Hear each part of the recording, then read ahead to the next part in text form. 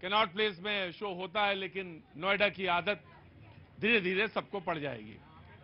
हाँ जी, हाँ आते ही नहीं, हम भी तो वही हैं जो 5 साल में एक बार आते हैं। हम भी वही हैं, बरसात है बस, आ गए तो आ गए, नहीं आए तो नहीं आए। नहीं, मैंने कल भी कहा था कि मुझे नोएडा बहुत अरसे के बाद आना हुआ था। मेरा सारा कामकाज, सारे ऑफिस, दफ्तर सब कुछ नोएडा में, लेकिन शो करने में कैनॉट प्लेस चला जाता हूं, वहीं रहता हूं, वहीं शो करके निकल जाता हूं। बहरहाल आज आपके बीच में एक बार फिर से मैं हूं और हमारे मेहमान सजे हुए हैं सामने, बड़ा अच्छा लगता है इनको भी देखकर। और आप भी यहां पे मौजूद हैं, बातचीत का सिलसिला जोड़ेंगे। प्रधानमंत्री ने, मैंने जैसे कल जिक्र किया था, कुछ बोला है और बहुत साफ से बोला कि मुझे 2014 से पहले कौन जानता था। हालांकि इसमें भी एक बड़प्पन ही है उनका, क्योंकि जब वोट दे रहे थे तो 2014 में लोगों के दिमाग में था कि क्या और कैसे और कौन सा मॉडल। लेकिन ठीक है, प्रधानमंत्री ने जो कहा मैं यहां रखता हूं। न्यूज 18 में जो आज सुबह आपने 7:30 बजे इंटरव्यू देखा, उसमें जिक्र कि 2014 से पहले मुझे कौन जानता था, लेकिन इन 10 सालों में लोग मुझे जाने। अमेरिका की यात्रा, और अब तो G20 हो रहा है, सारे देश में चर्चा है, दुनिया में चर्चा है। और ये बात यहीं से रेखांकित करता हूं, यहीं से बातचीत का सिलसिला जोड़ता हूं और यहीं से पहले एक छोटा सा रिएक्शन आप सबसे लूंगा और फिर बातचीत का सिलसिला आगे शुरू करूंगा। क्या नाम है साहब आपका? मनमोहन सिंह नेगी। मनमोहन सिंह नेगी साहब कहां से? यहीं रहते हैं या उत्तराखंड में? यहीं रहते हैं। यहीं रहते हैं। मैं बातचीत जरूर करूंगा, आज आपसे जरूर कुछ पूछूंगा। प्रधानमंत्री का रिएक्शन, 2024 का चुनाव, भारत और इंडिया की बहस, सनातन पर तमाम सारी छीटाकशी, मैं शब्द इस्तेमाल कर रहा हूं छीटाकशी, क्योंकि शब्द इतना पुनीत है, जितना पवित्र है, और उस पर क्यों बयान दिया गया ये मेरी समझ के तो परे है। ऐसा क्यों कहा ये मैं नहीं जानता, लेकिन ठीक है, बातचीत का सिलसिला जब मैं जोड़ूंगा तो तमाम सारे लोगों से मिलना होगा, बातचीत होगी। या तो पहले मैं मेहमानों का तारुफ करा देता हूं, परिचय करा देता हूं, उसके बाद मैं रुक करूंगा। और हमारे साथ जो आज मेहमान हैं, रितु चौधरी, कांग्रेस का। आज तबीयत ठीक है ना आपकी? मेरे को तो चेहरा उतरा उतरा सा लग रहा है आपका, ठीक है ना? हाँ जी, ड्राइव थोड़ा सा लंबा हो। ये बात सच है कि थोड़ा ड्राइव लंबा हो जाता है। अजय सहरावत साहब बीजेपी का पक्ष रखने के लिए मौजूद हैं, बहुत बहुत शुक्रिया सहरावत साहब। राघवेंद्र दुबे समाजवादी, बहुत दिनों बाद आए, कहां चले गए थे गुरुजी? जयपुर गए थे। जयपुर गए थे, हम तो सोचे चले। हाँ जी, आज ही लौटे हैं तो आपसे। हाँ जी, मैं तो सोचा कि इंडिया में INDIA की मीटिंग में चले गए। बहुत अच्छी बात है। डॉक्टर नीति शर्मा राजनीतिक विश्लेषक हैं, अच्छा बोलती हैं, हमारे साथ मौजूद हैं, बहुत बहुत शुक्रिया। उन्हीं के बगल में स्वाति जी मौजूद है, राजनीतिक विश्लेषक हैं, बातचीत के सिलसिले को आगे बढ़ाएंगी, बहुत बहुत शुक्रिया। एहसान अब्बासी साहब हमारे साथ आज मौजूद हैं, पसमानदा मुस्लिम समाज। इनकी खासियत यह है कि कोई भी डिबेट कहीं भी चल रही हो, कितनी भी बड़ी डिबेट हो, रस्सा कशी मची हो, ये डिबेट खत्म कर देते हैं। तो बहुत बहुत शुक्रिया। ये मेरा कोई इशारा नहीं था आपको कि जब मैं ये बोलूंगा तो आप ये बोलिए क्या, लेकिन ठीक है भाई, जिसका जैसी मर्जी। और उधरी दूर क्यों खड़े, पास आइए ना, इधर आइए, पास आइए। बहुत बहुत शुक्रिया एहसान अब्बासी साहब। फजील अहमद साहब कुछ देर में मौजूद रहेंगे। सौरभ दुबे जी, बहुत बहुत शुक्रिया सौरभ भाई, थैंक यू सो मच, बड़ी अच्छी डिबेट करते हैं, थैंक यू सो मच। आलोक वत्स जी यही नोएडा में ही रहते हैं, बहुत बहुत शुक्रिया आलोक वत्स जी, राजनीतिक विश्लेषक हैं, बहुत बहुत शुक्रिया, थैंक यू सो मच। और तमाम सारी जनता। नेगी साहब आपसे शुरू करें या बगल से शुरू करें या इधर से बातचीत का सिलसिला शुरू करें? जी जनाब, क्या नाम है साहब आपका? मेरा नाम विनोद है। विनोद जी, अरे वाह, नाम भी बहुत सुंदर है। और ये जो जीवन में विनोद है ये बना रहे, बस यही सबसे बड़ी। आनंद का हाँ, आनंद का ही नाम है, ये हंसी मजाक का नहीं, आनंद का नाम है, बहुत अच्छी बात है। तो विनोद जी क्या करते हैं आप? मैं तो retired general manager from NTPC हूँ। NTPC सबसे अच्छी जिंदगी होती है, एक बार रिटायर हो जाइए और लेकिन जरूर कुछ ना कुछ कंट्रीब्यूट जरूर करते रहिए देश में, और ये बहुत अच्छी बात है। कुछ कहना चाहते हैं देश के संदर्भ में? आजकल जो सुन रहे हैं Bharat, India, so and so, तो एक्चुअली में भारत माता की जय ही तो बोला जाता है। और संविधान में जो हम देखते आ रहे हैं, पढ़ते आ रहे हैं, सुनते आ रहे हैं, लिखा हुआ है हाँ जी, कि इंडिया दैट इज भारत। तो लोगों को प्रॉब्लम क्यों हो रहा है? नाम इज नाम।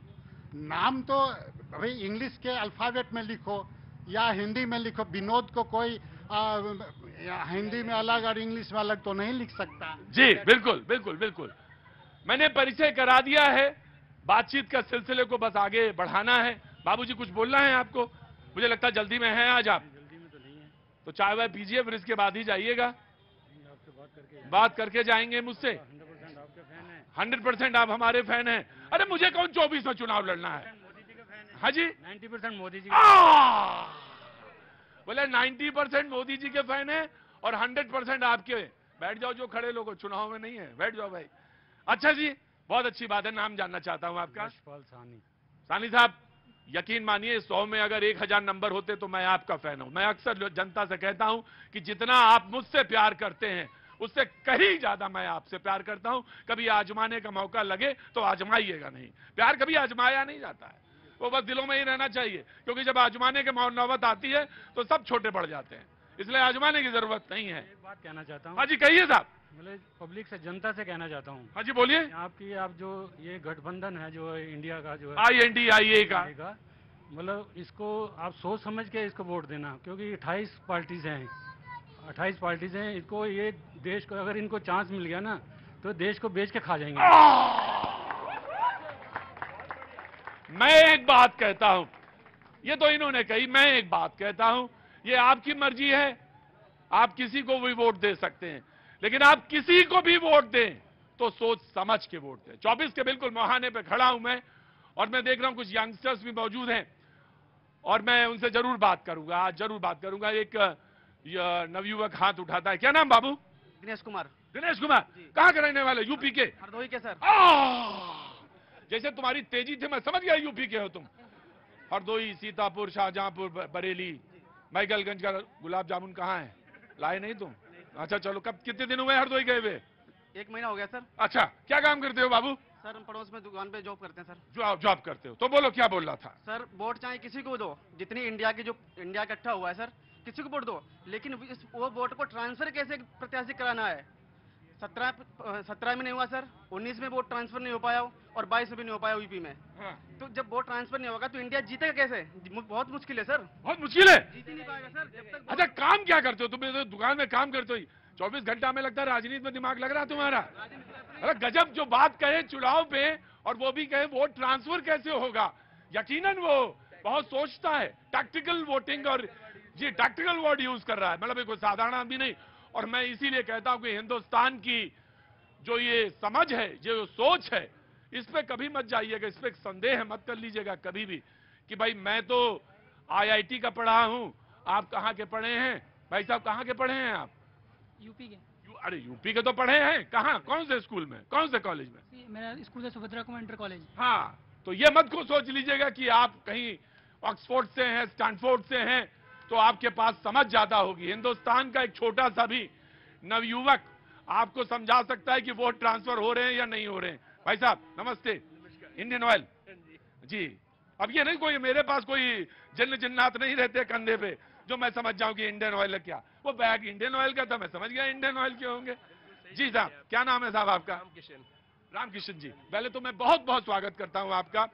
नोएडा मेरा बहुत कम आना होता है शो करने के लिए, लेकिन बहुत अच्छा सौभाग्य मेरा जो मेरा मुलाकात हुई। नगी जी आता हूं आपके पास। जी कुछ कहना चाहते हैं?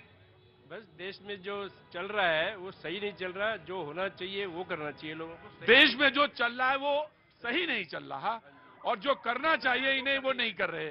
तो क्या करना चाहिए इन्हें, ये मुझे जानना है। सही आदमी का चुनाव करना चाहिए। सही आदमी का चुनाव करना चाहिए। जी, तो जो एक INDIA है और एक NDA है, तो चुनाव किसका करना चाहिए? आदमी को चुनना है, पार्टी को छोड़ दीजिए। आदमी को चुनना है, पार्टी को छोड़ दीजिए। जिनके समझ में अभी भी थोड़ा सा कहीं तनिक भी जरा सी भी जंग है तो उसको साफ कर लीजिए, क्योंकि हाँ जी नहीं बिल्कुल क्लियर है दिमाग में, कहीं कोई गफलत नहीं। यूं ही बाल सफेद नहीं हुए हैं, तजुर्बे में हैं, धूप में। ना डाई तो मेरे लिए। क्या नाम है साहब आपका? राधे श्याम। राधे राधे करते रहो बस। तो प्रधानमंत्री ने कहा कि 2014 से पहले मुझे कोई नहीं जानता, लेकिन उसके बाद इतना बड़ा जनादेश मिला मुझे।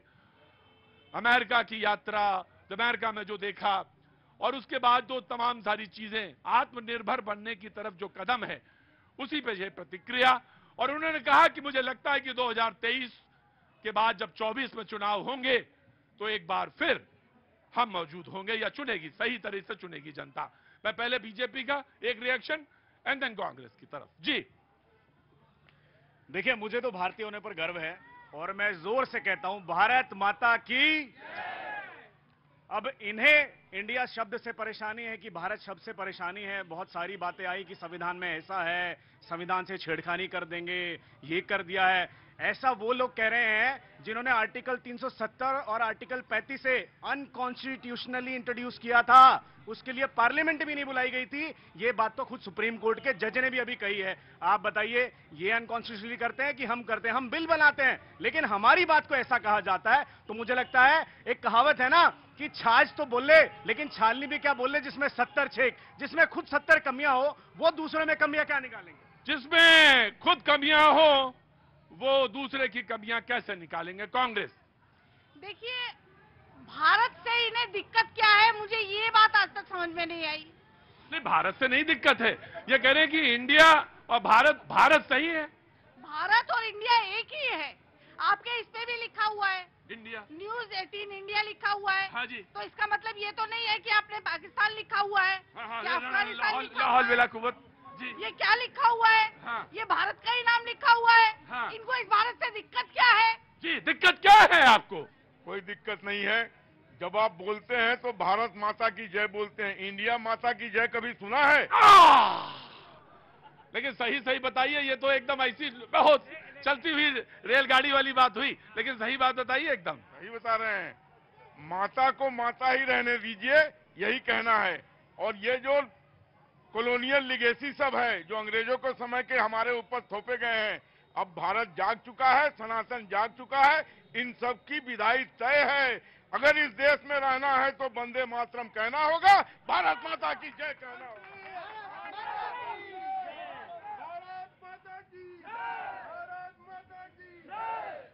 इंडिया का मतलब है कि मोदी जी कहे तो बहुत गजब है।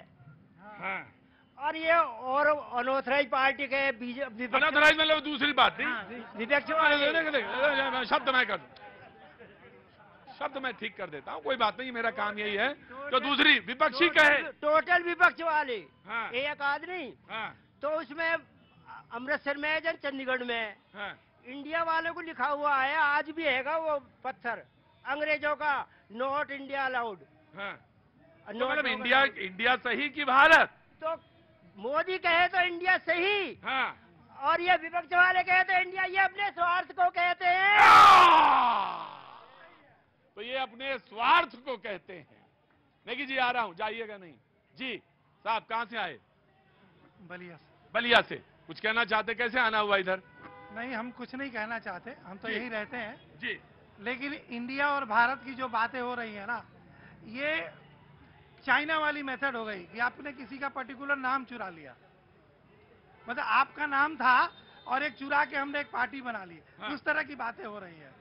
और भारत माता इंडिया की कोई प्रॉब्लम नहीं है, लेकिन देश में 25% लोग आज भी इंग्लिश नहीं लिखते, हिंदी ही बोलते हैं।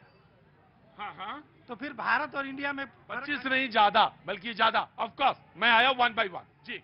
सबसे पहले तो मैं आपके माध्यम से आज पूरे देश को राधे राधे भगवान श्री कृष्ण के जन्मोत्सव की बधाई देती हूँ। भगवान श्री कृष्ण जिन्होंने गीता का परम ज्ञान दिया, उनकी इस उंगली में, तर्जनी उंगली कहते हैं इसको, गुरु की उंगली है ये, इसमें वो सुदर्शन चक्र धारण करते हैं और इसी उंगली से आप सब वोट देते हैं। और ज्योतिष शास्त्र में ये संतान की भी उंगली होती है। अब ये आपके हाथ में है कि अपनी संतान के लिए वोट डालना है, नेताओं की संतान के लिए। डराइए ना भाई, देखिए हम डरा रहे हैं आप। देखिए ज्योतिष जी कभी कभी डरा बहुत देते हैं। हाँ। जनगण मंगल हाँ। दायक जय है। हाँ। भारत भाग्य विधाता, इंडिया भाग्य विधाता नहीं है। एक चीज बोलना चाहूंगी, मुझे आप इजाजत है? द्वंद्व कहां तक पाला जाए। हाँ। ये इंडिया और भारत का जो द्वंद्व है, जो वास्तविक नाम है वो भारत ही है, पुराणिक नाम है, सांस्कृतिक नाम है। ये द्वंद्व कहां तक पाला जाए, युद्ध कहां तक टाला जाए। हाँ। तू है राणा का वंशज, फेंक जहां तक भाला जाए। आज नीरज चोपड़ा ने वो भाला फेंका है जो आज भारत का तिरंगा विश्व में लहरा रहा है। फेंक जहां तक भाला जाए, दोनों तरफ लिखा हो भारत, सिक्का वही उछाला जाए। दोनों तरफ लिखा हो भारत, सिक्का वही उछाला जाए। समाजवादी पार्टी से इससे बढ़िया मौका नहीं है। जी देखिए, भारत और इंडिया दोनों एक हैं। बाबा साहब भीमराव अंबेडकर ने जब आर्टिकल 1 में लिख दिया कि इंडिया दैट इज भारत जब है, तो फिर वहां पर विवाद कहाँ है। लेकिन प्रधानमंत्री जी ने सबसे पहले जो विपक्ष का गठबंधन बना इंडिया, उसको सबसे पहले घमंडिया बोल दिया। अरे मैं भी इनको पाखंडिया बोल सकता हूं।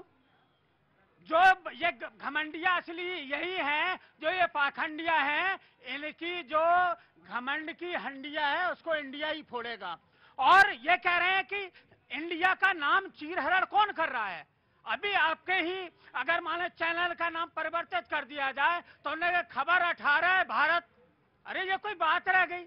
अरे जिसने जो नाम रखना है रखे, लेकिन कम से कम दिल में उसके भारत होना चाहिए, दिल में इंडिया होना चाहिए। मुंह पर नहीं, उन्हें कहने से बहुत कुछ कह सकते हैं, लेकिन जिन लोगों ने 52 साल तक तिरंगा झंडा नहीं फहराया, जिन लोगों ने तिरंगे के 3 रंग पर विरोध जताया, वह आज हमें भारत की बात बता रहे हैं। वह लोग आज इंडिया की बात बता रहे हैं, आज वह राष्ट्रवाद की बात कर रहे हैं, इतिहास बता रहे हैं। इसीलिए कि 3 रंगों का आपने विरोध किया था, वही लोग हैं। और जिन लोगों ने कार्यालय पर आरएसएस का झंडा फहरा दिया था, 3 लोगों ने उन लड़कों के खिलाफ FIR दर्ज कराने का काम किया था आपने। देखिए, मैं ये जो कांग्रेस के मेरे भाई हैं, ये कितना समाजवादी के कितना अफवाह फैलाते हैं, गलत ज्ञान बांटते हैं। इनको ये नहीं पता कि जब कांग्रेस की सरकार थी, सिर्फ सरकारी जगहों पे तिरंगा फहराया जाता था। ये झूठ का जंजाल लेके आ जाते हैं और अफवाह फैलाते हैं। अब बात सुनिए, 1 मिनट बात सुनिए। देखिए, जब बात होती है भारत की, जब बात होती है भारत की, तब बात होती है भगवान राम की। जब बात होती है भारत की, तब बात होती है भगवान कृष्ण की। जब बात होती है भारत की, तब बात भगवान की बात होती है। लेकिन उसी भारत पे जब आक्रमण किया मुगलों ने, उसी भारत पे जब आक्रमण किया अंग्रेजों ने, उसी अंग्रेजी मानसिकता सोच वाले इनके संकीर्ण मानसिकता के अंदर घुसा हुआ है। गजब है भाई, सबके अपने अपने। बहुत बढ़िया। कहाँ से आना हुआ? नोएडा सेक्टर 22। नोएडा सेक्टर 22। क्या नाम हो गया हुजूर? रविंदर शेखावत। अरे शेखावत साहब कहाँ के? राजस्थान। राजस्थान नाम शेखावत तो राजस्थान। जी, आपको क्लैरिफिकेशन देना है आपको। Of course, very quick. पहले तो इनको ज्ञान ये होना चाहिए केवल सरकारी इमारतों पे झंडा नहीं फहराया जाता है। क्या आपने न्यूज 18 इंडिया पे झंडा नहीं फहराया? क्या स्कूलों में अरे सुनिए, पहले भी कभी आपने झंडा का तो विरोध किया और बिल्कुल झंडा का विरोध किया। अरे बाकायदा सुनिए, प्रस्ताव भगवा के दुरुपयोग पर विरोध करेंगे तो फिर जाइए चिन्मयानंद का पैर पकड़िए। बड़ा झगड़ा है ये, तुम सब इस पर ध्यान ना दो, अपना पढ़ाई लिखाई में मन लगाओ, है ना। क्या नाम तुम्हारा? इम्तियाज आलम। हाँ, अपना इम्तियाज भाई, उसमें अपना पढ़ाई लिखाई में दिमाग लगाओ और इस सब पे ज्यादा खर्च करने की जरूरत नहीं है। ये तो हम सब सेटल ही कर लेंगे। आज तो लगता है बड़ी दूर दूर से लोग आए। कहाँ से आए हैं? सेक्टर 63 नोएडा। अरे तो बगल में, हम तो नोएडा 63 तो बगल में ही है। क्या नाम हो गया हुजूर? आजाद नूरानी। आजाद नूरानी। आजाद दुरानी। कुछ कहना भी है आज? हाँ जी, कहना है? बिल्कुल जाना, कहिए, बुला लीजिए जिसको बुलाना। मैं आया जी। बहुत दूर तक आपने चढ़ा दिया मुझे। बोलिए, क्या नाम है आपका? रितु शर्मा। रितु शर्मा जी, क्या काम करती हैं आप? मैं अकाउंटेंट की। ओए, तो वो नीचे आइए, तो थोड़ा नीचे आ जाइए। हाँ, अकाउंटेंट वालों के पास सारे नक्शे होते हैं, सारे नक्शे होते हैं जी। पहले तो बहुत बहुत शुभकामनाएं, जन्माष्टमी की बहुत बहुत शुभकामनाएं आपको, मंगल कामनाएं। परिवार के साथ मौजूद हैं आप जी, कुछ कहना चाह रही थी आप? सर, कांग्रेस पार्टी के बारे में मैंने कुछ। हाँ, वो रितु बोल रही थी, उनका भी नाम रितु है। Ritu ji. Sir, my name. हाँ, बोलिए। सर, मैं कांग्रेस के बारे में ज्यादा नहीं जानती, बस इतना जरूर जानती हूँ कि जब हमारी वोट बनाई गई थी, हाँ, जब हम 18 साल के हुए थे, हाँ, जब घर में 12 से 15 बच्चों की वोट एक साथ बनी थी, हाँ, और घर के एक सदस्यों को पैसे बांटे गए थे। क्यों? वोट देने के लिए। यस सर, मैं सिर्फ कांग्रेस की इसी सच्चाई को आज तक जानती हूँ। तो आपने लिए क्यों थे? सर, उस टाइम टाइम हमें कुछ नहीं पता था। घर में गाड़ी आती थी, बैठाती थी, वोट देना, जाके सिर्फ कांग्रेस के बटन पे क्लिक करना है, इसके अलावा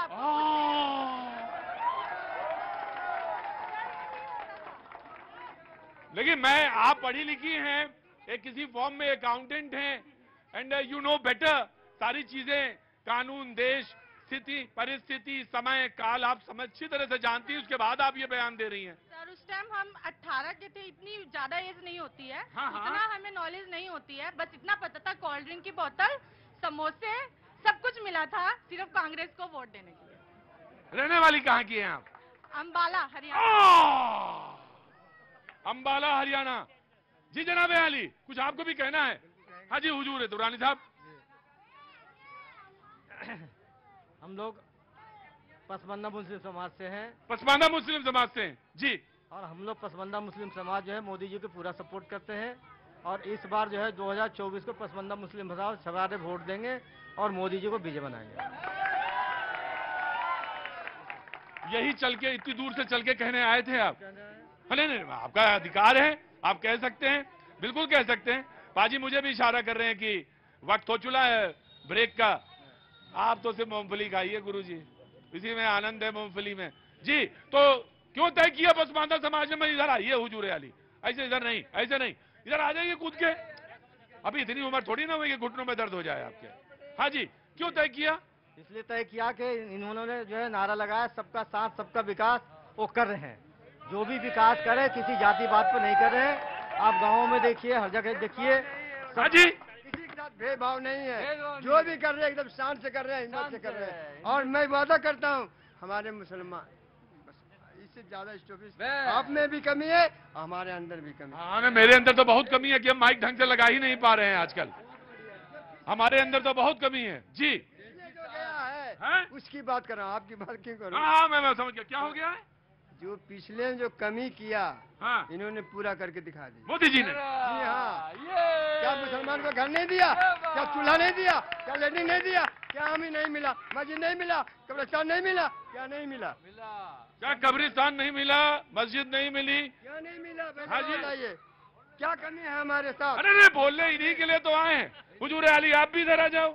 अगर भाई बोल तो रही हैं, मैं तो सुन ही तो रहा हूँ, तो क्या नहीं मिला? क्या नहीं मिला ये तो छोड़ दीजिए, जो अब हाँ जो नहीं। अरे बोले दीजिए शेखावत साहब, ये बहुत गलत बात है, उधर से इधर आ गए आप ऐसा ना सोचिए क्लास में हमें ध्यान नहीं रहता। वो अच्छे लोग थे जो टिक गए, वो लंगे दूर। बहस बहुत तीखी है, चुनाव उससे भी ज्यादा तीखा है। एक छोटा सा कांग्रेस से रिएक्शन जरूर लेंगे, उसके बाद आगे बढ़ेंगे जी। देखिए, तमाम तरह की समस्याएं आज जो है देश जूझ रहा है, बेरोजगारी से जूझ रहा है, किसानों की अपनी समस्या है, जो है बॉर्डर की समस्या है, बेटियां जो है निर्वस्त्र घुमाई जा रही है, लेकिन मोदी जी को नाम बदलना है। अब मैं कह रही हूँ कि वो नाम बदल दे और फिर हम अपने संगठन का नाम भारत रख लेंगे। फिर क्या करेंगे? फिर क्या भारत भी बदलेंगे? और फिर उसके बाद कोई और रख लेंगे, फिर हम वो रख लेंगे, क्या वो भी बदलेंगे? बोले अभी INDIA रखा है, आप परेशान हैं, फिर हम BHARAT रख लेंगे, तब क्या करेंगे आप? हुजूर क्या करेंगे तब? देखिए साहब, हम तो वो देश हैं जिन्होंने एंटोनियो माइनो को भी सोनिया गांधी मानते मानते 20 साल हो गए हैं, और ये आज सिर्फ भारत का राष्ट्रपति लिखने पर इतनी मिर्ची इनको लगी है। इनसे पूछिए भारत की संस्कृति से ऐसी क्या परेशानी है? मैं पूछूंगा, एक छोटे से ब्रेक के बाद जरूर पूछूंगा। कहाँ से आए हो? मैं सर नोएडा में रहता हूँ, बिहार से हूँ मैं। बिहार से क्या काम करते हैं? मैं बैंक में काम करता हूँ। बंद हो गया बैंक? की छोड़ के चले आए? सर बैंक बंद हो चुका है। हाँ, काम बंद है ना, तो पियो चाय पियो, मैं आ रहा हूँ, मैं भी आ रहा हूँ वक्त छोटे से ब्रेक का। ब्रेक के बाद पाजी आता हूँ हाजिर।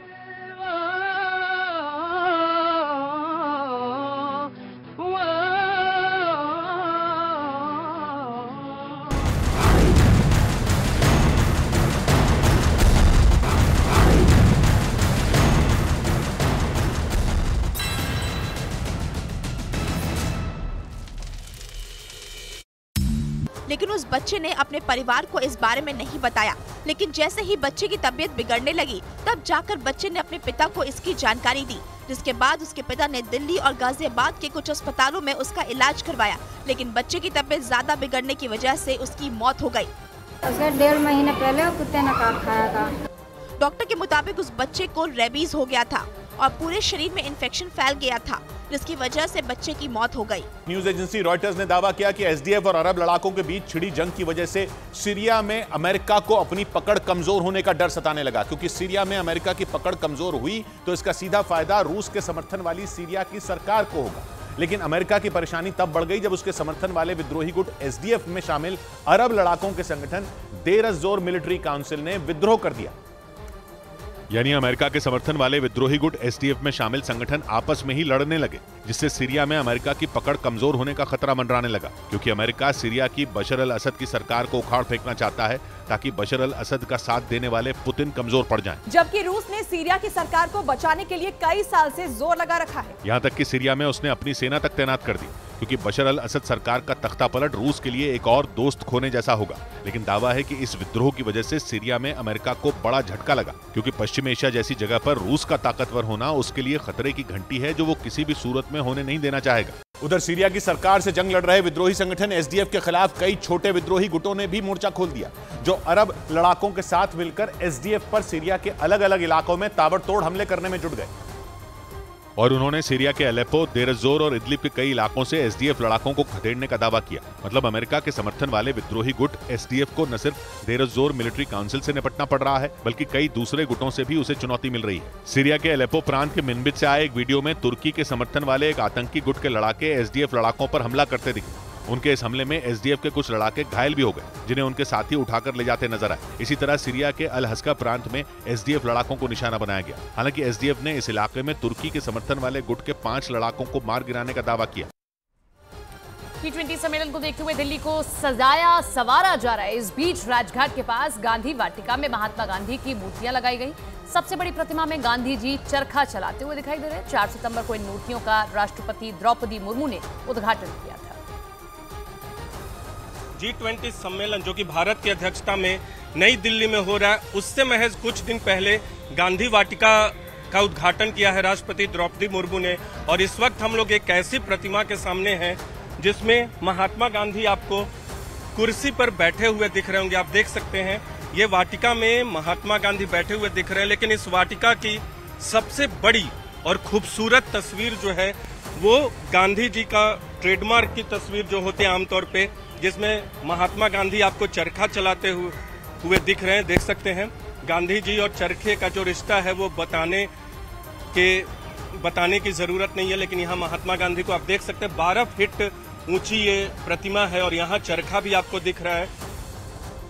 भीषण जंग के बीच जेलेंस्की ने पूर्वी यूक्रेन के ज्यादातर हिस्सों पर जीत का दावा कर दिया। इस बीच वो डोनेस्क पहुंचे और वहां युद्ध में रूस के खिलाफ तैनात सैनिकों से मुलाकात की, जिसका एक वीडियो भी जारी किया गया, जिसमें डोनेस्क पहुंचे जेलेंस्की वहां अपनी फौज के साथ मिलकर रूस के सैनिकों को घेरने के लिए सैन्य रणनीति बनाते नजर आए, क्योंकि पूर्वी यूक्रेन के ज्यादातर हिस्सों में जेलेंस्की ने जीत का दावा कर दिया। साथ ही यह भी दावा किया गया कि रूस की सेना को खदेड़ते हुए यूक्रेन के पूर्वी इलाके में उनके सैनिक काफी आगे बढ़ चुके हैं, जिसके बाद वहां की सेना ने पूर्वी यूक्रेन के दूसरे हिस्सों पर रूस के खिलाफ बड़ी कार्रवाई करने की तैयारी तेज कर दी। यही वजह रही कि वहां के राष्ट्रपति जेलेंस्की ने अपने सैनिकों से मुलाकात की और जंग में नए मोर्चे की तैनाती के निर्देश दे दिए। दिल्ली G20 शिखर सम्मेलन की मेजबानी के लिए पूरी तरह से तैयार है। दिल्ली की अहम जगह को दुल्हन की तरह सजाया गया है, जिसका एक वीडियो भी सामने आया है, जिसमें दिल्ली के रास्तों को कुछ इस तरह सजाया गया ताकि यहाँ के नजारे आने वाले मेहमानों के दिल में उतर जाएं। धौला कुआं से जाते हुए दिल्ली की सड़कों पर आपको ऐसे नजारे देखने को मिलेंगे जिससे आपका दिल खुश हो जाएगा। G20 समिट को देखते हुए दिल्ली को सुंदर बनाया गया है। G20 सम्मेलन में कई राष्ट्रीय प्रमुख आ रहे हैं। ऐसे में सभी मेहमानों के स्वागत में दिल्ली और भी सुंदर हो गई है। दिल्ली में 9 और 10 सितंबर को G20 सम्मेलन होगा। इधर अरब लड़ाकों के एक दूसरे संगठन ने दावा किया कि सीरिया में उन लोगों पर विद्रोही गुट एसडीएफ के बढ़ते अत्याचार की वजह से ये विद्रोह भड़का। सीरिया में एसडीएफ एक विद्रोही संगठन है जिसमें वहां की बशर अल असद की सरकार से नाराज कई गुट शामिल हैं। इस संगठन को अमेरिका और उसके कई साथियों का समर्थन हासिल है, जो सीरिया की बशर अल असद की सरकार के खिलाफ कई साल से जंग लड़ रहे हैं। असद सरकार का आरोप है कि विद्रोही संगठन एसडीएफ को सीरिया में आतंक फैलाने के लिए अमेरिका और दूसरे देशों से हथियारों की सप्लाई होती है। लेकिन 9 दिन पहले 27 अगस्त को एसडीएफ में ही विद्रोह हो गया, क्योंकि इस संगठन में शामिल देर अज़-ज़ोर मिलिट्री काउंसिल के लड़ाकों ने जंग का ऐलान कर दिया। सीरिया में एक्टिव अरब लड़ाकों के एक दूसरे संगठन ने दावा किया कि एसडीएफ में कुर्द लड़ाकों का दबदबा है जो उन पर अत्याचार करते हैं। इसी वजह से अरब लड़ाकों ने कुर्दों के दबदबे वाले इस संगठन के खिलाफ जंग छेड़ दी और सीरिया की बशर अल असद की सरकार के खिलाफ कई साल से लड़ रहे एसडीएफ में शामिल विद्रोही गुट आपस में ही भिड़ गए। अमेरिका के समर्थन वाले इस संगठन में अरब लड़ाकों के अलावा तुर्की और आर्मेनिया के कई छोटे छोटे गुट भी शामिल हैं, जिन्होंने 2015 से रूस के समर्थन वाली सीरिया की बशर अल असद की सरकार के खिलाफ जंग का बिगुल बजा रखा है। कुर्द लड़ाकों के दबदबे वाला एसडीएफ सीरिया के पूर्वी हिस्से पर कब्जे के लिए लड़ रहा है। इस विद्रोही गुट का आरोप है कि सीरिया की सरकार ने कुर्दों और अरबों के अलावा दूसरे समुदायों के साथ भी भेदभाव किया और इसी वजह से वो सीरिया के पूर्वी हिस्से यानी अलेप्पो, रक्का और देर एज-जोर को आजाद कराने के लिए जंग लड़ रहे हैं। सीरिया का आरोप है कि इस संगठन को अमेरिका से मदद मिलती है क्योंकि अमेरिका पुतिन के समर्थन वाली बशर अल असद की सरकार को सीरिया से उखाड़ फेंकना चाहता है। लेकिन हालात तब पलट गए जब एसडीएफ में शामिल अरब लड़ाकों के संगठन देर एज-जोर मिलिट्री काउंसिल ने एसडीएफ से ही विद्रोह कर दिया। इस बीच दिल्ली के पास उत्तर प्रदेश के गाजियाबाद से दिल दिलाने वाला एक मामला सामने आया। वहां एक कुत्ते के काटने से 15 साल के बच्चे की जान चली गई, जिसके बाद हड़कंप मच गया। बताया गया कि उस बच्चे को 1.5 महीने पहले एक कुत्ते ने काट लिया था, लेकिन उस बच्चे ने अपने परिवार को इस बारे में नहीं बताया। लेकिन जैसे ही बच्चे की तबीयत बिगड़ने लगी, तब जाकर बच्चे ने अपने पिता को इसकी जानकारी दी, जिसके बाद उसके पिता ने दिल्ली और गाजियाबाद के कुछ अस्पतालों में उसका इलाज करवाया, लेकिन बच्चे की तबीयत ज्यादा बिगड़ने की वजह से उसकी मौत हो गई। उसे 1.5 महीने पहले कुत्ते ने काट खाया था। डॉक्टर के मुताबिक उस बच्चे को रेबीज हो गया था और पूरे शरीर में इन्फेक्शन फैल गया था, जिसकी वजह से बच्चे की मौत हो गई। न्यूज एजेंसी रॉयटर्स ने दावा किया कि एसडीएफ और अरब लड़ाकों के बीच छिड़ी जंग की वजह से सीरिया में अमेरिका को अपनी पकड़ कमजोर होने का डर सताने लगा, क्योंकि सीरिया में अमेरिका की पकड़ कमजोर हुई तो इसका सीधा फायदा रूस के समर्थन वाली सीरिया की सरकार को होगा। लेकिन अमेरिका की परेशानी तब बढ़ गई जब उसके समर्थन वाले विद्रोही गुट एसडीएफ में शामिल अरब लड़ाकों के संगठन देर एज-जोर मिलिट्री काउंसिल ने विद्रोह कर दिया।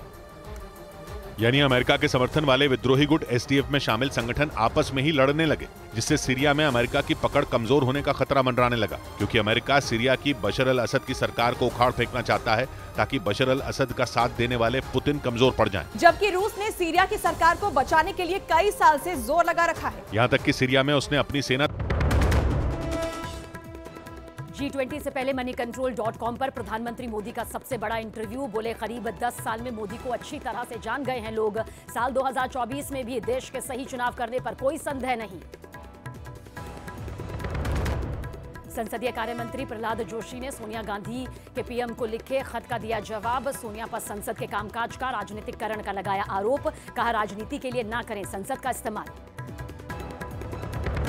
सनातन विवाद पर प्रधानमंत्री मोदी का मंत्रियों को निर्देश। तथ्यों के साथ मामले में जवाब देने को कहा। भारत इंडिया विवाद में मंत्रियों को नहीं बोलने की हिदायत।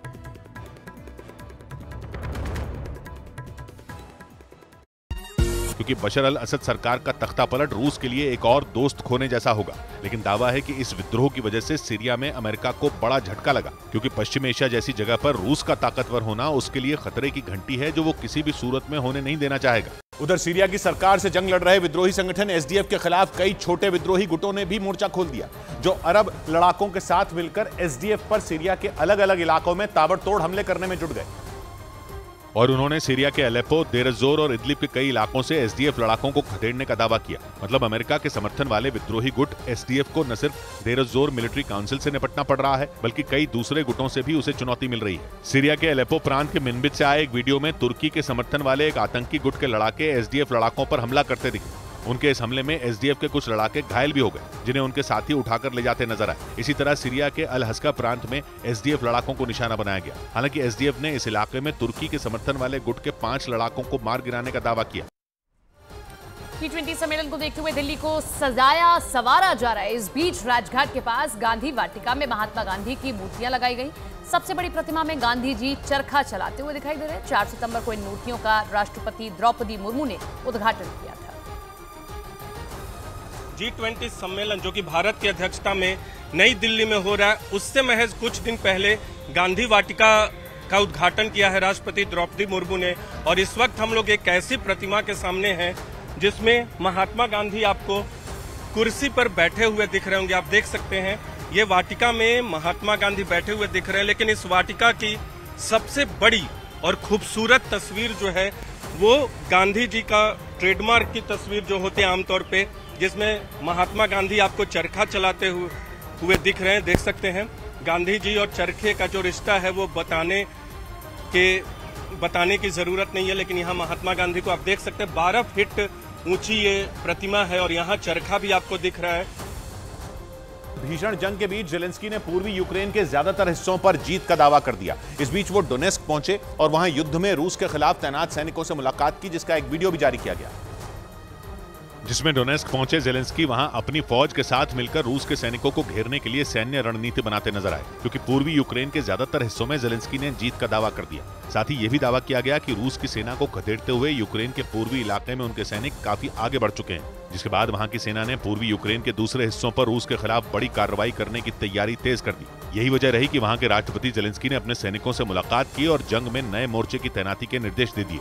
दिल्ली G20 शिखर सम्मेलन की मेजबानी के लिए पूरी तरह से तैयार है। दिल्ली की अहम जगह को दुल्हन की तरह सजाया गया है, जिसका एक वीडियो भी सामने आया, जिसमें दिल्ली के रास्तों को कुछ इस तरह सजाया गया ताकि यहाँ के नजारे आने वाले मेहमानों के दिल में उतर जाएं।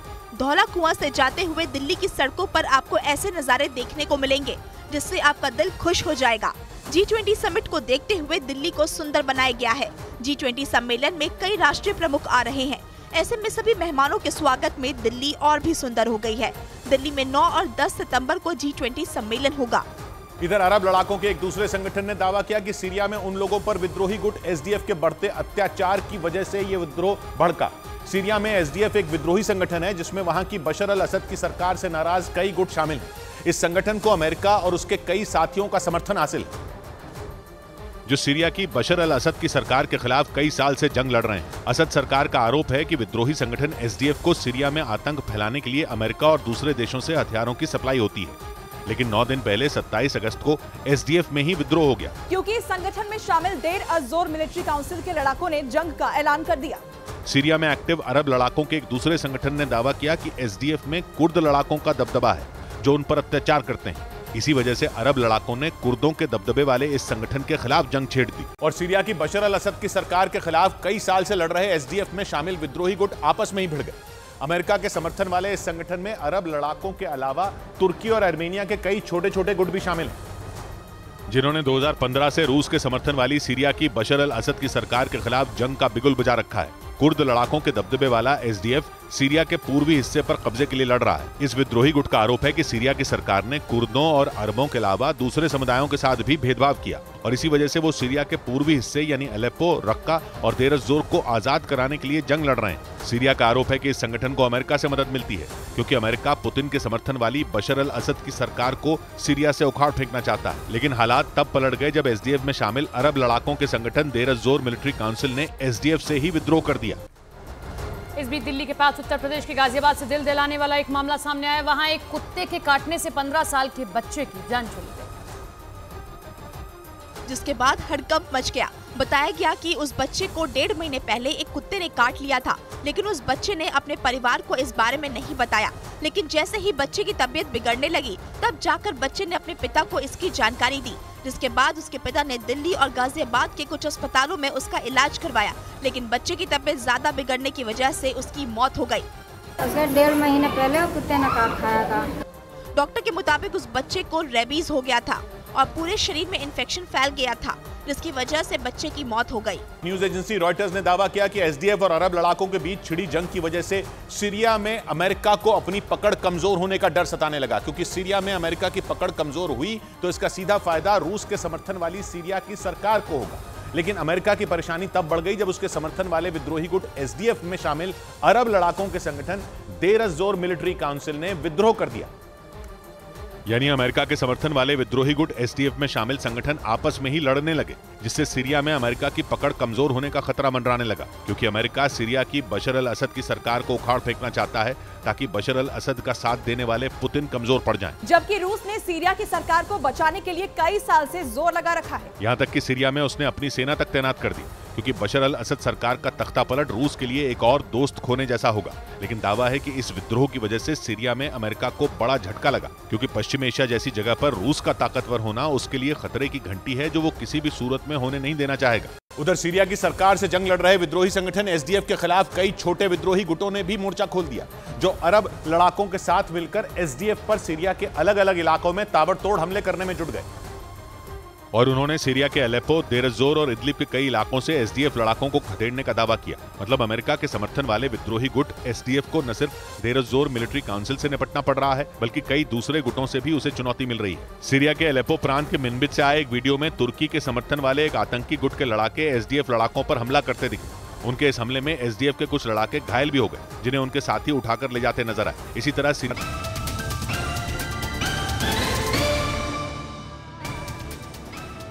कृष्ण गोविंद हरे मुरारी, हे नाथ नारायण वासुदेवा। श्री कृष्ण गोविंद हरे मुरारी, हे नाथ नारायण वासुदेवा। हरे श्री कृष्ण गोविंद हरे मुरारी, हे नाथ नारायण वासुदेवा। श्री कृष्ण गोविंद हरे मुरारी, हे नाथ नारायण वासुदेवा। हरे कृष्णा कृष्णा कृष्णा हरे हरे, हरे रामा राम राम हरे हरे। हरे कृष्णा कृष्णा कृष्णा हरे हरे।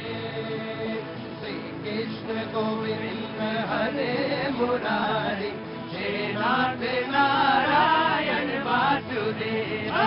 तेरी प्रभु मोरे मन में बसे, कैसे डूबेगा वो तूने थामा जिसे। छवि तेरी प्रभु मोरे मन में बसे, कैसे डूबेगा वो तूने थामा जिसे। कैसे डूबेगा वो तूने थामा जिसे, थामा जिसे। तुम्ही हो भक्त के हितधारी, हे नाथ नारायण वासुदेवा। श्री कृष्ण गोविंद हरे मुरारी, हे नाथ नारायण वासुदेवा। हे नाथ नारायण वासुदेवा।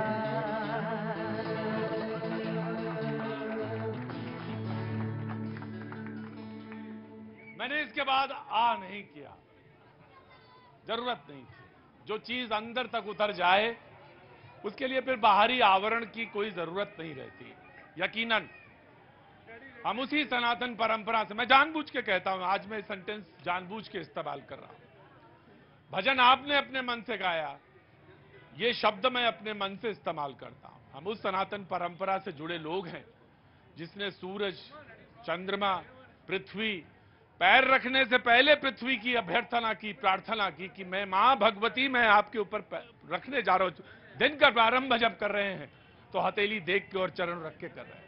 हम उस परंपरा के लोग हैं। और ये दूसरी बात जो बहुत महत्वपूर्ण है वो ये कि सर्वधर्म संभाव होना चाहिए। आप अपनी बड़ी लकीर खींचने के चक्कर में दूसरे की लकीर छोटी मत कर दीजिए, या उसको दिखाने, कर तो सकते नहीं लेकिन छोटी दिखाने की भी कोशिश मत करिए। आप जहां हैं, जो हैं, बड़े हैं, तो जो बड़े हैं वो बड़े दिखते रहिए। लेकिन हां, कोई ओछा कमेंट करे तो उसका जवाब जरूर देना चाहिए, जरूर देना चाहिए, ऑफ कोर्स देना चाहिए। ये मैं इससे इस बात को मद्देनजर ये कह रहा हूं। हां, किसी का अपमान करने का आपको कोई अख्तियार नहीं है, चाहे आप हो चाहे वो हो, कोई भी हो, किसी को अपमान करने का अख्तियार कोई नहीं है। जी वेरी क्विक, नेगी जी कुछ कहना चाह रहे थे आप? सर, कहना तो यही है, अगर हमें बड़े सालों बाद ऐसा महान नेता मिला जो देश को सही दिशा दिखा सके। मोदी जी जैसा। मोदी जी ने कहा कि मैं चाहता तो कोविड के समय में नोट छपवा सकता था, बड़ा आसान होता, लोकप्रियता बढ़ती, लोगों के बीच में बड़ी बातें होती, लेकिन मैंने कोविड मैनेजमेंट पे अपना ध्यान केंद्रित किया। बड़ा आसान था। मोदी जी ने कल कहा ये बात इंटरव्यू में, जो moneycontrol.com पे जो इन्होंने इंटरव्यू दिया, जो कि 7:30 बजे सुबह चला, उसमें उन्होंने ये बात कही। बहुत 70 साल, कई सालों के बाद ऐसा नेता मिला सर, कई सालों के बाद ऐसा नेता मिला। और ये बात जनता के संभाल के रखना चाहिए, हमें जनता को संभाल के रखना चाहिए। आप भी कुछ कहेंगे? मैं बस थैंक यू, आप नोएडा में आए। थैंक यू सो मच, बहुत बहुत शुक्रिया। Very sharp comment. मैं आपके पास मैं आया ही आपके लिए, मैं जाऊंगा कहां? मैं बिल्कुल यहीं आया हूं, मैं यहीं आपके पास ही हूं, बिल्कुल। वेरी क्विक कमेंट जी। सर, मोदी जी नोट इसलिए नहीं छापे क्योंकि वो उस सनातनी परंपरा पे विश्वास रखते हैं जो कहता है सर्वे भवन्तु सुखिनः सर्वे सन्तु निरामया। हम उस देश से हैं जहां पर आज हमारे सांस्कृतिक राष्ट्रवाद का इतना परचम है कि आज विदेश में रहने वाला भारत का मोदी के नाम पर भारत का पैर छूता है। ये जो भारत में सनातनी अलग जड़ा है और 2024 का चुनाव इसी पे होगा। एक तरफ वो है जो कहते हैं भारत माता की जय, एक वो है जो कहते हैं राम हमारे सांस्कृतिक पुरुष हैं, दूसरे तरफ वो है जो भ्रम अफवाह फैलाते हैं, विदेशी एजेंट करते हैं और हमारे सांस्कृतिक इतिहास को फाड़ने का काम करते हैं। मैं देश से आज पूछना चाहता हूं, 2024 की लड़ाई में आप भारत के सनातनियों के साथ करें या मैकाले के दत्तक पुत्रों के साथ करें? ठीक है, आपको इस बात की आजादी है, आप बोलिए, लेकिन आजादी के नाम पे कुछ भी बोल देंगे ये स्वीकार्य नहीं, ये बिल्कुल स्वीकार्य नहीं। बिल्कुल ऑफकोर्स आपका बनता है। एक छोटा सा कमेंट लूंगा आपसे जी। बेसिक नॉलेज अगर अर्थशास्त्र की किसी को होगी, ये सब पढ़े लिखे लोग हैं, कि नोट कैसे छपती है, कैसे नोट छपती है सबको पता है। नहीं मालूम है, आप बताइए। अब बता दें आपसे, ब्राजील ने नोट छापा तो बोरा में रुपया लेके जा रहे हैं और झोला में सब्जी लेके आ रहे हैं। ब्राजील ने किया ये काम, दुनिया में सबसे मूर्खतापूर्ण काम ब्राजील ने किया, और कोई हमारे देश का प्रधानमंत्री और ये उनको तायद कर रहे हैं। अरे भाई, बेसिक नॉलेज अगर अहसास किया तो उसको पता है कि सोना के बदले नोट छपी जाती है। मैं आपसे एक बात कर रहा हूं, ये बात सच है कि ब्राजील की जो अर्थव्यवस्था एक समय में बहुत तेजी के साथ, हाँ जरूर इस समय देश की अर्थव्यवस्था, जब दुनिया की अर्थव्यवस्था सिकुड़ रही तो देश के जो इस तिमाही के जो रिजल्ट है उससे बड़े अच्छे, और कम से कम इस बात के लिए तो गौरवान्वित हो सकते हैं कि अभी फिलहाल तो बहुत अच्छा है, लेकिन जो अगले तिमाही आएंगे, बारिश नहीं हुई है तो उसमें तमाम आशंकाएं हैं। लेकिन ठीक है, आपने अपनी बात कही, जिसमें आपने उल्लेख किया सनातनी परंपरा की, मैंने उसको भी लिया जी। देखिए, अभी ये कह रहे हैं कि वो मैकाले की औलाद है, तो फिर अटल बिहारी वाजपेयी और आडवाणी जी ने शाइनिंग इंडिया का नारा दिया था कि नहीं दिया, या मोदी जी ने नहीं? राजनाथ जी ने कहा कि शाइनिंग इंडिया का दिया, इसीलिए हम गुड़प्पा खा गए। अभी मोदी जी ने Khelo India, let up India, bat up India, digital India, stand up India, क्या क्या इंडिया नहीं है ना? जी वेरी गुड जी जी जी। प्रतीक जी, आज मैं थोड़ी अलग बात करूंगी। आप अक्सर एक बात करते हैं। जी मैं आया ऑफ कोर्स आया जी। आप अक्सर एक बात करते हैं लेकिन बात अधूरी रह जाती है। आज मैं उस बात को पूरा करने की कोशिश करती हूँ। सत्यम ब्रूयात प्रियम ब्रूयात, न ब्रूयात सत्यम अप्रियम, प्रियम च नानृतम ब्रूयात, एसह धर्मः सनातनः। ये हमारी सनातनी परंपरा है जिसकी बात आप अपने शो में अक्सर करते हैं। तो अब इसी अगर सनातन के ध्येय वाक्य को लेकर के हम आगे बढ़े तो जो इनकी समस्या है भारत और इंडिया की, तो भारत जो है वो सृष्टिकर्ता ब्रह्मा के परपोते जो थे वो चक्रवर्ती सम्राट भरत के नाम पे पड़ा। इतनी पुरानी परंपरा की तुलना इंडिया जो नया नाम दिया गया, जो यूनानी लेकर के आए, उससे करना व्यर्थ है। लेकिन संविधान में दोनों का जिक्र है, तो अगर प्रेसिडेंट ऑफ भारत ही लिख दिया गया तो इसमें समस्या क्या है? जी जी जी जीते थे तो क्या इंडिया नहीं करते थे? इंडिया जब वर्ल्ड कप खेलते तो यही लोग खड़े तो इंडिया इंडिया। अरे आप देखो कितने ये तो पलटू राम ज्यादा। हाँ जी, हमें दिक्कत नाम से नहीं है, नाम तुम रूस रख लो, आएंगे मोदी जी, लेकिन रुको यार, तुमने तो पूरी डिबेट ही पलट दी मेरी। रुको मैं आ गया। नाम चाहे रूस रख लो, आएंगे मोदी जी। क्या नाम है आपका? नवीन साहनी। मतलब नाम हम इंडिया कुछ रख लें, आएंगे मोदी जी। नाम से कोई दिक्कत नहीं है, इनकी मानसिकता से है। जो 26 पार्टियों के नेता वहां बैठे थे और स्टॉलिन जी ने 28 पार्टियों के नेता जो बैठे थे उन्होंने ये बोला, स्टॉलिन जी ने, कि सनातन धर्म जो, हाँ सुन तो लो, सनातन धर्म को एक डेंगू की तरह, मलेरिया की तरह उसको समाप्त कर दो। ये मानसिकता क्या है इनकी? पहले मैं सोचता था कि निर्भीक निर्णयों के लिए मोदी जी का साथ दिया जाए, पर अब कहता हूँ सनातन धर्म के लिए मोदी जी का साथ दिया जाए। और सारी 140 करोड़ जनता सारी अब सनातन धर्म के नाम पे ही साथ देगी। निर्भीक निर्णयों पे तो नाम साथ दे ही रहे थे हम, उनके काम पे तो साथ दे ही रहे थे हम। मैंने नाम नहीं पूछा, आपका नाम साहनी साहब पूछा था। साहनी साहब, आपने एक बात तो कही है, बड़ी महत्वपूर्ण बात है। आप, हो सकता है मैं ऐसा नहीं कहता कि जब हजारों साल का धर्म है तो इसमें कुछ कमियां नहीं आई होंगी, ऑफकोर्स आई होंगी। और सबसे बड़ी जो कमी मुझे लगती है, जिसका उल्लेख करते हुए मैं अक्सर अपने शो में कहता हूं, और वो है जाति प्रथा। जाति तोड़ो समाज जोड़ो, ये नारा है। मैं अक्सर शो में कहता हूं कि जाति पाजी, इसीलिए मैं आपके बारे में कहता हूं, और मैं एक पंक्ति में बैठ गए, लंगर छक लिया और सब बराबर। मैं कहता हूं कि जाति एक है, लेकिन सनातन की जो परंपरा है और जो उसकी जो धर्मनिष्ठता है, उसमें कहीं कोई कमी नहीं। आप पालन नहीं कर पाए, ये आपकी कमी है। इसलिए आप पूरे सनातनियों को गाली दे देंगे, उनको ओछी कह देंगे, ये तो कोई बात नहीं, ये कोई बात नहीं। जी मैं एक minute, just give me a second. जी भारत माता की। मैं समस्त देशवासियों को आज मैं तो सोच रहा था आज आप ये भी कह देंगे कि बोलो भाई सबका निर्णय क्या है। नहीं, मैं क्या बोलने वाला हूँ। आज समस्त देशवासियों को मथुरा के कान्हा केशव का जन्माष्टमी की हार्दिक शुभकामनाएं। सभी भाइयों को बहुत बहुत बधाई हो। आज देशवासी मुझे बता दें कि कोई भी प्रधानमंत्री ऐसा है जिसने अपना परिवार छोड़ा हो राष्ट्र के लिए। कोई भी प्रधानमंत्री अभी तक 70 सालों में ऐसा आया है जिसने अपना घर छोड़ा है इस राष्ट्र के लिए। कोई ऐसा मुख्यमंत्री है जिसने अपना घर छोड़ा है अपने राज्य के लिए। दो नाम आते हैं, मोदी ने छोड़ा परिवार अपने देश के लिए और योगी ने छोड़ा परिवार अपने प्रदेश के लिए। आज हम सनातनियों का गौरव है। मैं उस प्रदेश से रहने वाला हूं जिस प्रदेश में प्रभु राम का मंदिर है। मैं उस प्रदेश का रहने वाला हूं उस प्रदेश में गंगा बहती है। मैं उस प्रदेश का रहने वाला हूं जहां पर कान्हा की नगरी है। मैं उस प्रदेश का रहने वाला हूं जहां पर काशी विश्वनाथ के कॉरिडोर है। महात्मा गांधी को क्या कमतर आंकते हैं क्या? उनके परवाह नहीं था। जिन्होंने परिवार जिनके थे उन्होंने क्या देश के लिए कुर्बानी नहीं दी? क्या देश के लिए उन्होंने क्या नहीं किया? क्या तर्क लेकर के आ जाते हैं? इतनी चमचागिरी ठीक नहीं है, इतनी चमचागिरी ठीक नहीं है।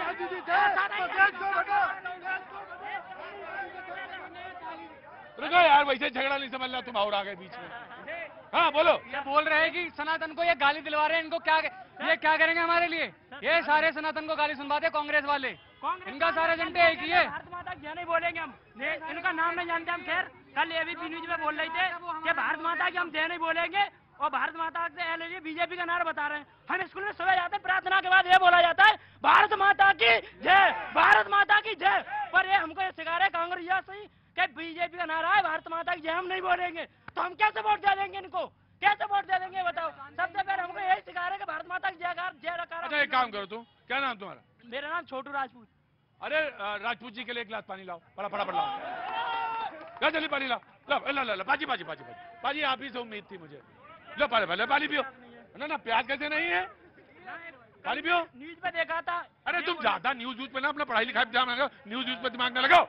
कांग्रेस प्रतीक जी, एक तानाशाह की सनक जो है वो इस देश को हम चढ़ने नहीं, ये अल्फाज गलत, नहीं गलत।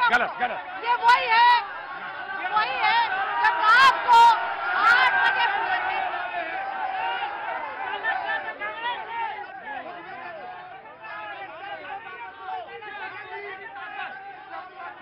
यही कांग्रेस की मानसिकता है। 2014 में मणिशंकर अय्यर ने पता क्या बोला था मोदी जी के लिए? मोदी जी के लिए बोला था कि ये क्या प्रधानमंत्री बनेगा, आके मेरे कांग्रेस को ऑफिस में आके चाय दे। इन लोगों को शर्म आनी चाहिए। आज विश्व में मोदी जी 78% आनी चाहिए। अरे एक मिनट, चाइना के साथ MOU दो। आराम से। किसने चाइना को लैंड दी? जब तक कांग्रेस थी पाकिस्तान बनता रहा। जब से कांग्रेस का डाउनफॉल है, कांग्रेस पाकिस्तान बर्बाद हो गया। ये केवल पाकिस्तान के लिए काम करते हैं।